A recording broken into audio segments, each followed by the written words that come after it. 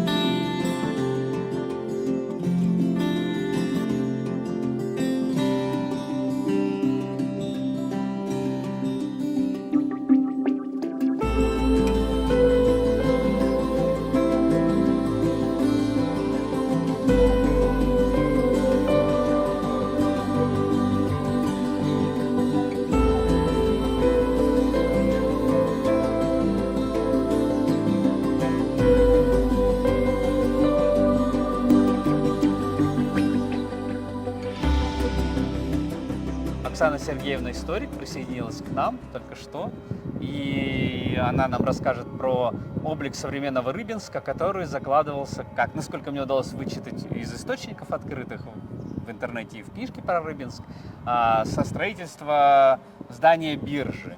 Купцы вообще вкладывались и формировали облик современного Рыбинска, и поподробнее, я думаю, Оксана Сергеевна нам расскажет об этом. Действительно, 19 век – это золотой век для торговли города Рыбинска. И, конечно же, главными действующими лицами это были купцы с их торговлей. В основном они у нас занимались оптовой торговлей хлебом, поскольку те товары, которые не прошли до пункта назначения в летнюю навигацию, оставались у нас на зимовку, а это в основном было хлеб, как тогда называлось зерно, мука, оно хранилось в больших мешках, в наших складах, и поэтому именно в Рыбинске решили построить первую в провинцию хлебную биржу. Первое здание биржи было построено в 1811 году по проекту губернского архитектора Петрова.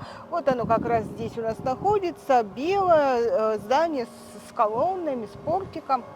Но, тем не менее, практически 30 лет здание биржи у нас стояло пустое, поскольку купцы предпочитали заключать сделки простым рукопожатием прямо на улице. Вход на биржу был платный, тем более нужно было затем фиксировать, кто продал, сколько продал, за сколько продал. Конечно, чтобы заплатить налоги, совершенно верно. Конечно, это всем не нравилось, но поскольку на деньги купечества была построена биржа, все понимали, что здание так просто не должно простаивать, поэтому сдавали в аренду. И вот в 1841 году наш город посетил император Николай I, он посетил биржу, и каково же было его удивление, когда он увидел, что в одной части биржевого зала находится полицейский участок, а на противоположной стороне находится винный склад. Такое соседство императору абсолютно не понравилось, и он повелел учредить биржевой комитет. И вот биржевой комитет так повел дела, что в начале 20 века всех желающих здание биржи уже не могло вместить. Поэтому и решено было построить новое здание биржи, которое находится вот за моей спиной. Оно было построено в 1912 году. Но для того, чтобы биржевой комитет работал правильно, да, собирал налоги, фиксировал все это. Поэтому первыми председателями биржевого комитета были наши городские головы, которые отвечали именно за работу биржи, и биржа стала хорошо функционировать. В начале 20 века биржевое общество собирало купцов со всей Волги, и было более 1000 человек записано вот именно те, кто торговали на нашей бирже. Поэтому, как я уже говорила, здание уже не могло всех вмещать. Здание работало, кстати, только лишь летом, в летнюю навигацию. Дальше опять сдавалось под особые нужды городские. Но вот архитектор из Москвы в то время был архитектором дворцового управления Александр Васильевич Иванов. Он построил здание в 1912 году. Оно, к сожалению, не было торжественно открыто.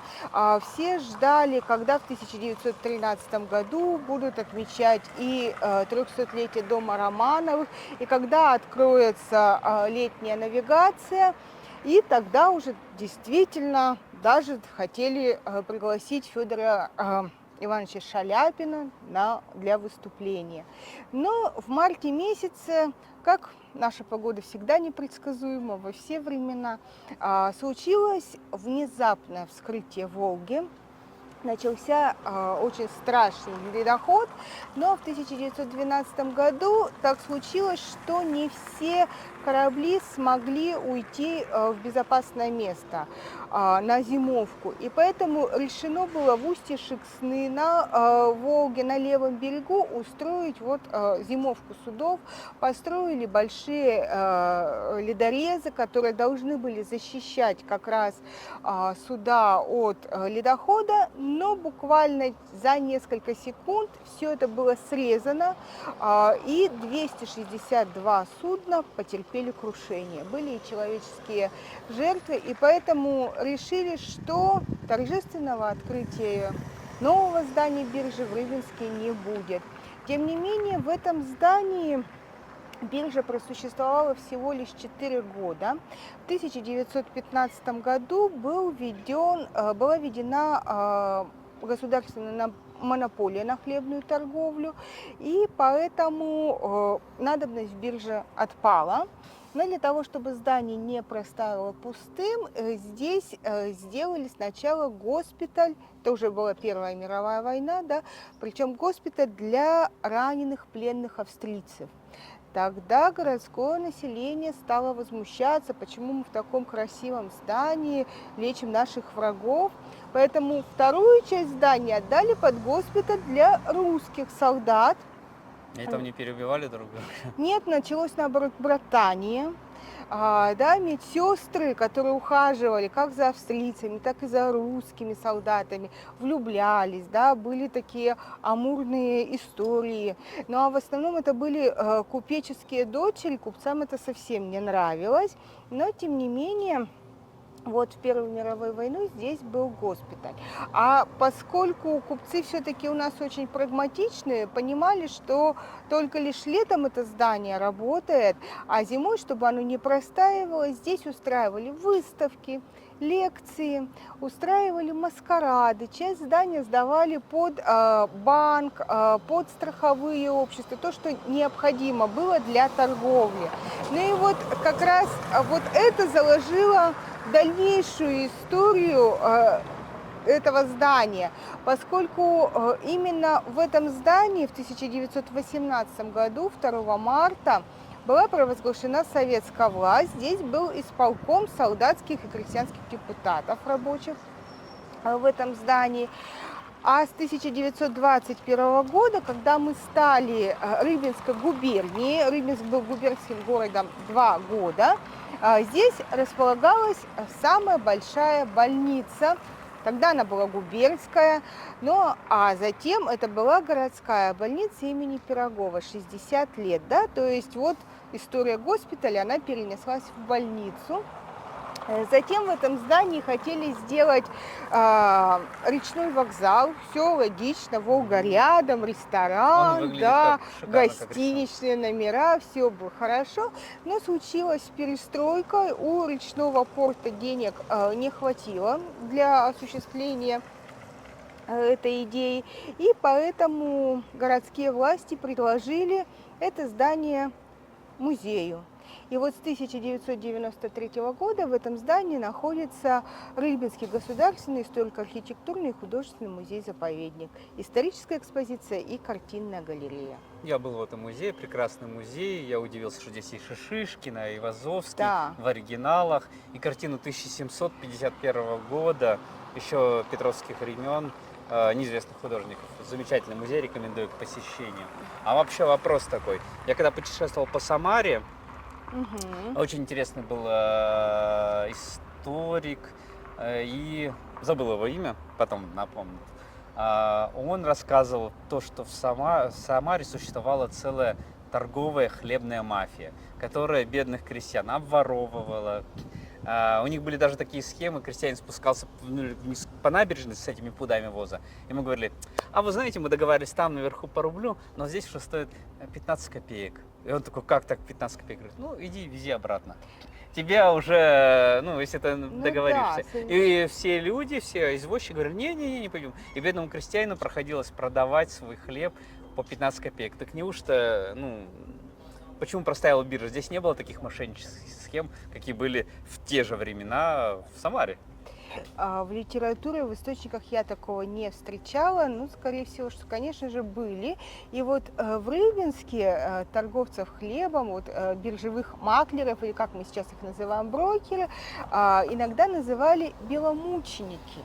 Почему они беломученики были? Потому что весной, когда еще не пришел из Самары хлеб, а запасы у нас хлеба есть, но они, понятно, пролежали целую зиму, может быть, уже некачественные, и их надо было тоже продать. Поэтому искали вот таких жертв, кому можно было продать прошлогодний товар перед тем, как придет новый.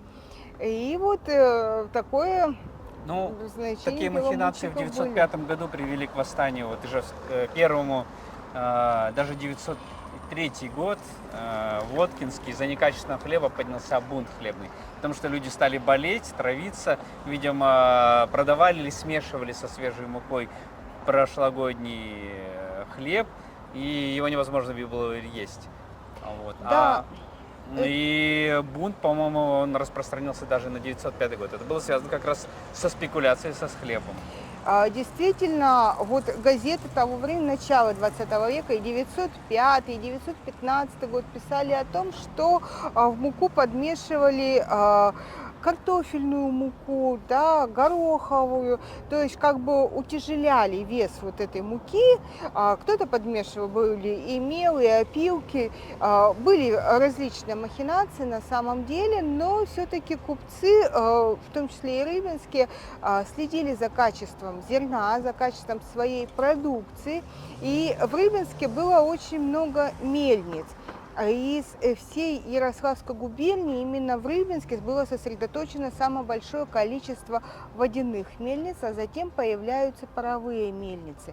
И вот главная наша паровая мельница, которая сохранилась у нас на Волжской набережной, сейчас она, к сожалению, не функционирует как мельница, а как ресторан и ночной клуб, но тем не менее здание оно сохранилось. Это мельница купца Ефрема Степановича Калашникова, который как раз очень следил за качеством своей муки. Его даже приглашали на Всемирный конгресс мукомолов в Аргентину, где его продукция получила золотую медаль. И вот он как раз, все писали и отмечали то, что у него нет никаких примесей вот в этой муке. А остальные, наверное, купцы все-таки что-то было, когда был неурожай хлеба, да, когда начинаются военные действия, нехватка продовольствия. Но вот как раз не крестьяне у нас устраивали восстания, да, которые были недовольны Восстание было жизнью больше своей. рабочих. Да, рабочие у нас город как раз такой вот купеческий, торговый, но вот промышленные предприятия, которые были, это самое крупное предприятие, это были главные железнодорожные мастерские. Там, конечно, работала действительно элита рабочего класса, они были передовые по мыслям, да, по политическим настроениям. Но была еще другая у нас категория жителей города, это так называемые судорабочие. Конечно же, если в начале 19 века это в основном были бурлаки, и сюда приходило наниматься на работу до 150 тысяч человек за сезон, а численность Рыбинска в то время составляла 7 тысяч человек, то есть перенаселение было большим, да. Ну и нужно сказать, что помимо бурлаков в Рыбинске, конечно же, были еще и грузчики. Мы их называли ключники. За их орудия труда крюком на спину поднимали большие мешки и перетаскивали грузы с больших судов на маломерные суденышки, поскольку мы были крупным перевалочным пунктом. Так вот, когда появилась железная дорога в 1870 году в городе Рыбинске, и грузчиков уже называли катали, да, то есть они на тележках катали у нас, и они подняли бунт за то, что мало платят. Но несколько дней восстание как бы было, такое очень сильное, то есть вся работа в Рыбинске встала на пристанях, на железной дороге, и купцы были вынуждены пойти на уступки, тем самым как раз вот Ну, это наши грузчики это были, была да. забастовка, не восстание, это, наверное, Да, было конечно просто же, какая-то стачка, забастовка. Не, наверное. не так выразилась, да, забыла слово. Просто в Воткинске Забастовка. пришлось вызывать казаков и подавлять восстание. Да, Да, все нет, закончилось у не нас- стрельбой, а мордобоем, но прямо казаки хорошо так всех это высекли, за что заслужили народную любовь. Ну, здесь это такого у нас не было. Были такие вот такие восстания, наверное, волнения, как правильно это называются. Ну вот удивительно, просто всё-таки. биржа почему не регулировала ни закупку хлеба, не защищала крестьян от продажи. Точнее, она должна и защищать, и защищала. Почему все-таки старались 30 лет ее в обход? Только из-за налогов? Или все-таки не было здесь такого мошенничества? Ну, потому что это было начало еще торговли, да, вот централизованная торговля, начало 19 века. А во второй половине 19 века наш Рыбинский биржевой комитет очень много брал на себя функций, в том числе и городских, и, я бы сказала, общегосударственных. Так наш Рыбинский городской биржевой комитет еще и смотрел за качеством каналов, искусственных водных систем, в том числе вот он следил за уровнем воды в Мариинской водной системе, лоббировал свои интересы, выбивал средства, как бы мы сейчас сказали, федеральные, для того, чтобы все торговля это осуществлялась в центре России, северо-западом. Была речная полиция, которая регулировала как раз все споры на воде, которые следили за тем, чтобы не было пожаров на судах, вот за этим тоже следили, смотрели котировки цен на других биржах, как-то выравнивали, за этим тоже следили. Ну и вот этим как раз занимался председатель биржевого комитета. Понятно.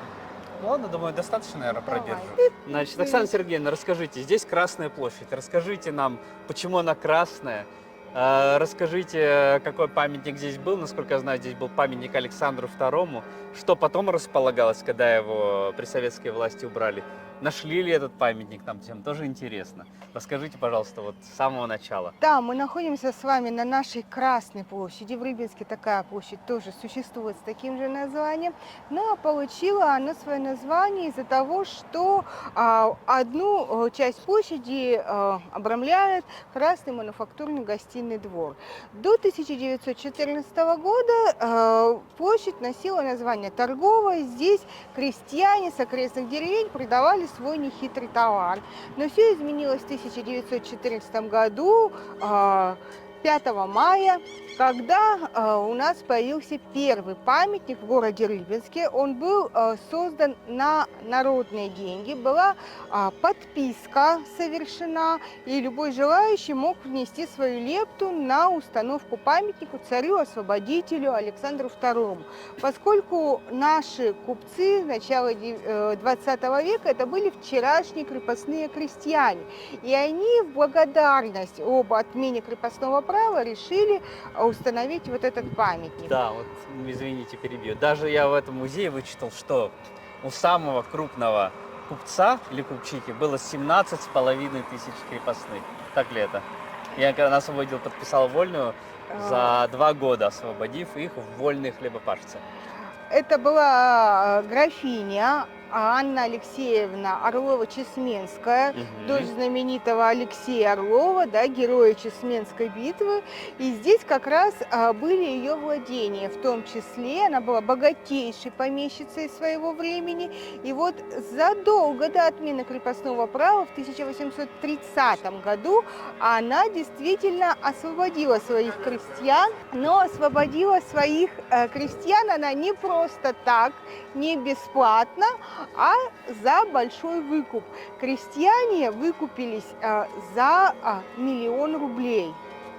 То есть кто-то, конечно, не мог выкупить свою семью, более успешные выкупали своих соседей, и те затем выплачивали им вот Понятно. этот выкуп. Но Ну, тем а не теперь менее, вернемся, да. да. Вот, к памятнику Александру Освободителю. Да, памятник Александру Освободителю появился у нас в 1914 году. Автором его являлся скульптор, наш земляк, уроженец Ярославской земли Александр Михайлович Опекушин. И самое известное его произведение – это памятник Александру Сергеевичу Пушкину в Москве. И по всей стране были его произведения. Так вот, наш памятник Александру II – это было его последнее произведение. Памятник был выполнен из бронзы, высотой около 3 метров. Ну и нужно сказать, что постамент выполнен санкт-петербургской фирмой «Маран» из гранита, финского гранита, 32 камня. Они углублены, постамент заглублен в землю на 1,5 метра. Поэтому, когда в 1918 году памятник Александру сначала завернули в рогожу, а потом свергли и отправили на переплавку в Петроград, в то время уже так город назывался на Неве у нас, да, то вот как раз видно, что хотели и постамент уничтожить, но не получилось. Поэтому для того, чтобы постамент не стоял пустым, в 3-дневный срок рабочие железнодорожных мастерских и художники пролеткульта придумали памятник «Освобожденный труд». На наковальню припаяли серп и молот. И вот с 1918 по 23 год находился здесь такой памятник. Зафиксированы события, митинги вокруг вот этого памятника, с такого очень странного, да. В 1923 году у нас появился первый на этом месте памятник Владимиру Ильичу. Это был бюст, голова из мраморной крошки, покрашена белой краской. Был выполнен скульптором Алексеевым. Ну, вот такой памятник здесь простоял до 1934 года. Затем появился Ленин классический, как мы его можем назвать, да, в костюме тройки, с поднятой рукой, показывающий, где светлое будущее нас ожидает. Такой памятник здесь находился до 1959 года. А вот в 1959 году, как вспоминают наши старожилы, шли они на работу. Ильич показывал, куда надо идти, а когда вернулись с работы, Ленин в Зимнем оказался, как мы его называем. Да. Вот он здесь в шапке-ушанке. Везде есть Ленин в кепке. И я, по-моему, вообще первый памятник в жизни вижу, где Ленин. Нет, есть памятники, где Владимир видел Ильич в зимней одежде, но он у нас здесь интересен тем, что он статичен, да, он не в движении. Обычно пальто расстегнуто, распахнуто, да, что Владимир Ильич куда-то идет, направляется. А здесь вот стоит и тихо смотрит. на все происходящее вокруг. А, Автором является народный художник Дагестана Хасбулат Аскар Сарыджа. И вот такой вот интересный памятник из бронзы здесь у нас находится вот с 59 года. Ходили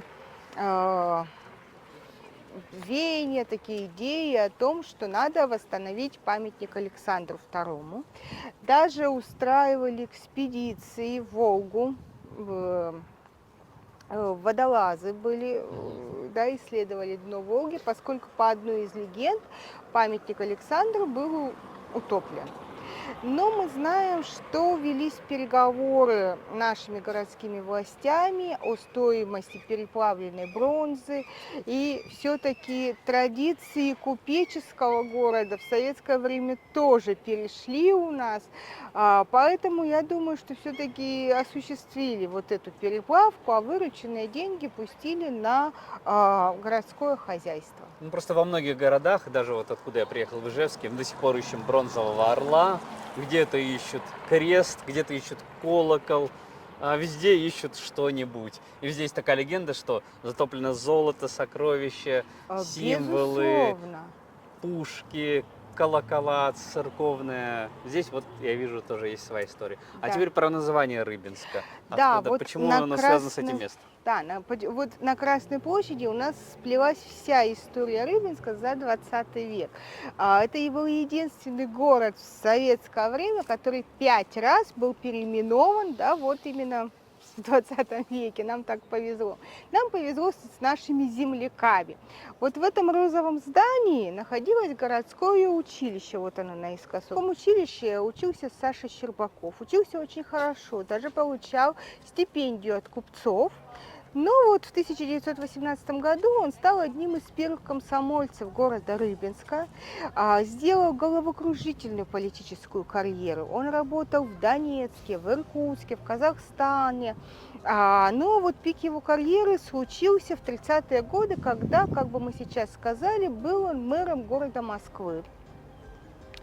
И вот в Великую Отечественную войну он тоже занимал большое количество постов. Он был председателем Софинформбюро. Ни одна сводка с фронта не выходила в эфир без его визы. Он был политруком Красной Армии.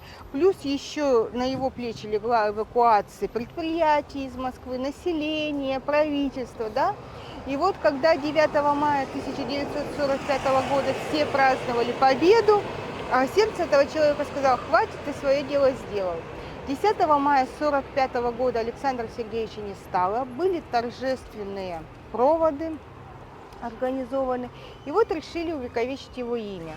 В Иркутске появился Дом пионеров имени Щербакова, в Донецке появился парк культуры имени Щербакова. Ну а поскольку Александр Сергеевич родился в городе Рыбинске, тогда решено было, что город Рыбинск будет называться городом Щербакова. И вот с 1946 по 1957 год мы носили такое имя. Затем, после 20-го съезда партии, нам вернули историческое название. С 1957 по 1984 год мы назывались городом Рыбинском. Но вот в этом желтом здании, которое находится на Красной площади сейчас, да, находился речной техникум, в котором учился Юрий Владимирович Андропов. Ого. Председатель КГБ долгое время, да, глава нашего государства. И вот здесь уже не стали ждать целый год после смерти Юрия Владимировича. Он умер в феврале 1984 года, а в марте месяце мы в одночасье проснулись в городе Андропове. И с 1984 года по 1989 мы назывались Андропов, но в 1989 году по многочисленным просьбам трудящихся нам вернули историческое название Рыбинск. Но вот все наши перипетии остались в наших семейных архивах. Можно было родиться в Щербакове, вот как мама у меня родилась, в Щербакове написано, да. Я родилась в Рыбинске, а брат у меня родился в Андропове. Самое интересное, мы все родились в одном роддоме. Ну, это нормально. То есть вот такие вот интересные истории про наш город Есть такой Рыбинск. анекдот. Я Да. родилась в Ленинграде. Ленинград? Оказался, например, беженцы. Ленинград остался, да, вот в паспортах, а вот город Рыбинск, город Андропов и Щербаков при смене паспорта исчез из Мгм. официальных документов. Только лишь вот такие документы о рождении, об учебе, вот они и остались. Понятно, ладно, спасибо большое. Ну что, двигаемся дальше? Да. Значит, здесь самое старое здание, самое, ну не первое, но самое старое сохранившееся здание в городе Рыбинске. Вот. Не совсем так. Это самое старое каменное строение гражданской архитектуры, поскольку самое древнее наше здание это здание Казанской церкви 1697 года. А вот это здание дошло до нас 70-х годов 18 века. Принадлежало оно купцам Поповым. Алексей Попов был депутатом уложенной комиссии при императрице Екатерине II, и он построил каменный дом, причем построил сразу же железные ставни, железная крыша и железное стропила. И вот это все спасло от многочисленных пожаров, да, вот этот дом. Дом у нас он стоит очень интересно, необычно, поскольку по регулярному плану императрицы Екатерины II все улицы в городе Рыбинске должны быть строго параллельно или строго перпендикулярно Волге. А вот этот дом стоит как бы под углом главной нашей улицы, Крестовой, которому дому так и хочется сказать, как в сказке: избушка, избушка, повернись к лесу задом, а к нам передом, поскольку фасад выходит вовнутрь, во двор. Тогда он строился еще до регулярного плана. Как хотели, так и строили, все было хорошо. Но вот после принятия регулярного плана купцы пришли к Поповым и сказали, ну как бы надо бы выровнять дом-то. Но поскольку купцы Поповы занимали посты, были в том числе и городскими головами, поэтому купцы подумали, посмотрели, сказали, ну вроде бы он не мешает. Но только, пожалуйста, сделайте хозяйские постройки вот на главной улице, чтобы выровнять перспективу. И улица Крестовая у нас действительно прямая, и дом Поповых у нас не мешает. Да, и вот до наших дней он дошел практически в неизменном виде. Здесь теперь находятся различные магазины, конторы, ну и в советское время тоже располагались конторы, которые в принципе и спасли дом от разрушения. Но вот если вот так жили в нашем городе купцы, это купеческий дом, да, то вот рядышком дом трехэтажный принадлежал крестьянину Артемию Седову, который пришел к нам из Вологодской губернии, выпекал самые вкусные булочки, накопил средства, что мог надстроить третий этаж у своего дома и сделать эркер в таком модерн, да, в петербургском духе. И сделал уже доходный дом. Так что вот так жили купцы, а вот так жили крестьяне в городе Рыбинске. Со вкусом, я смотрю. Для крестьянина у него очень хороший вкус. Да. И очень творческий подход. Он чем-то напоминает мне здание Зингер. Да, Санкт-Петербурге совершенно вот эти верно. вот. Но это в то же самое время и строилось. Ну, он, видимо, Поэтому я и подсмотрел. говорю, да, вот эта чешуйчатая крыша, вот этот круглый эркер, который вот было очень модно. Мгм. И наши купцы ездили в Петербург, знали вкусы петербуржцев, и их к себе переносили Ну, тоже такой самое. здесь уменьшенный, да, вот на Да. этой Красной площади такая уменьшенный такой Петербург, на 2 этажа ниже, но гостиный двор очень похож на Да, петербургский. безусловно. Поэтому Здорово. у нас есть такая поговорка: Рыбинск городок, Петербурга уголок. Поскольку очень много петербургских архитекторов у нас оставили здесь свой след. Это и Карл Иванович Росси, и Альфред Пароланд, и Иоса, Сима Минаш, да, Авраам Мельников и многие другие. Понятно. Ладно, спасибо большое. Да, Ну что, пожалуйста. Ты не уходи. Мы сейчас тебе расскажем леденящую душу историю про российский бизнес 18 века. Давай. ну что ж, Леонид, я так понимаю, что не только вот про Самар я знал, что Самары были криминальные картели, даже были свои фавелы, в которые не совалась полиция. Это все еще было во времена молодого Ульянова. Ленина. Он там начинал свою юридическую карьеру в этих разборках. Здесь, я так понимаю, тоже есть своя история, свои экономические сговоры и свои экономические войны. Расскажи, пожалуйста, об этом. Вообще династия Поповых это династия предпринимателей. И хотя они при этом многие занимали вот земские посты в управлении в городском, тем не менее даже статус депутатской неприкосновенности, дарованный Екатериной II при созыве уложенной комиссии, один раз Попова практически не спас. В 70-е годы в Сенат обратились очень весомые деятели. В частности, это был генерал-полицмейстер Петербурга Чичерин, губернатор Новгородской области, управлявший всей Вышневолодской системой Сиверс, и Тверская городская дума в полном составе. Суть их жалобы была в том, что купец Алексей Попов злоупотребляет ценами на барки. Барка – это судно небольшого водоизмещения, в которое в Рыбинске происходила перегрузка из больших судов, поднимавших зерно с низов Волги. Большие суда, ну, например, такие как Коломенки, их называли. Вот. И вот была такая жалоба, была учреждена сенатская комиссия, ну, вот везет Рыбинску на сенатские комиссии. Вот первая разбиралась, почему лодки делают с помощью клиньев и бревен, да, и они пилят. А вторая вот разбиралась с Поповым. Была, значит, отправлена специальная солдатская команда, офицерская команда, и она установила, что Попов завышал якобы цены, и объем товара, так сказать, судоходного, на который завышалось, это 1000 барок за навигацию и 75 коломен. Это чудовищная цифра. И тут произошло очень неожиданная вещь. Рядом с Поповым встали еще 3 рыбинских купца и говорят: подождите, это не только барки Попова, это еще и наши барки.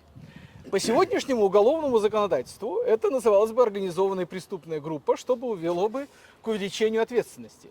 Но в тот момент это было смягчающим обстоятельством, и поэтому расследование против Попова было прекращено. Мы совсем недавно обнаружили материалы этого дела в Сенатском архиве, в Российском архиве древних актов, и планируем в ближайшее время об этом рассказать поподробнее. Об этом можно сделать, я так понимаю, отдельный сюжет.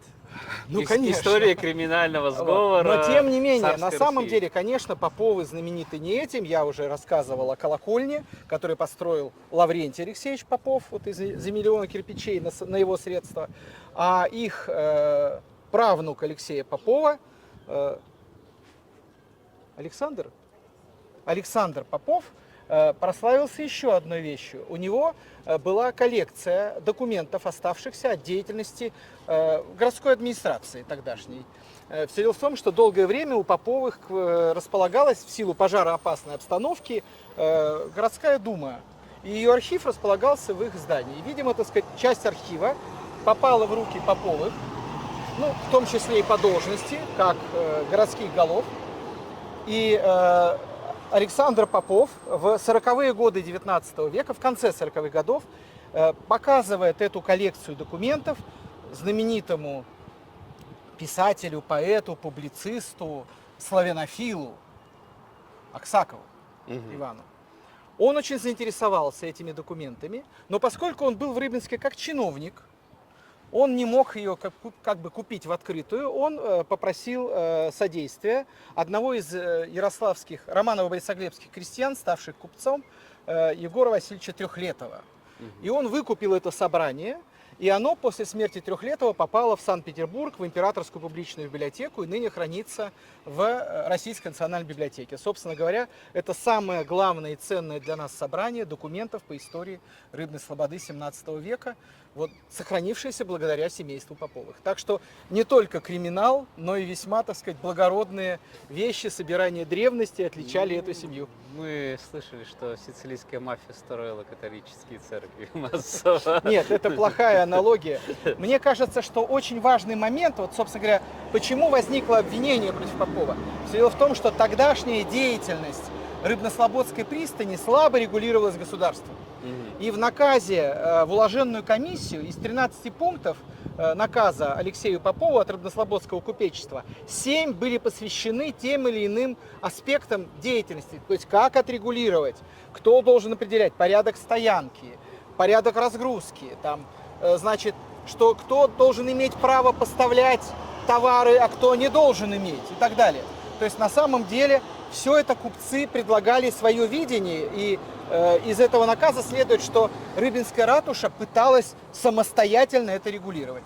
Все изменилось в начале 19 века, на рубеже 18-19 веков появляются государственные учреждения, управляющие рыбинскими пристанями. Ну, то есть мы четко это знаем, что в начале 19 века такие учреждения уже бывали. То есть началось такое постепенное огосударствление. Собственно говоря, то же самое правительство делало и с Вышневолодской системой. Оно когда-то было в частной концессии, но с 60-х годов Вышневолодская система управлялась очень жестко государством. 18 век. Спасибо большое.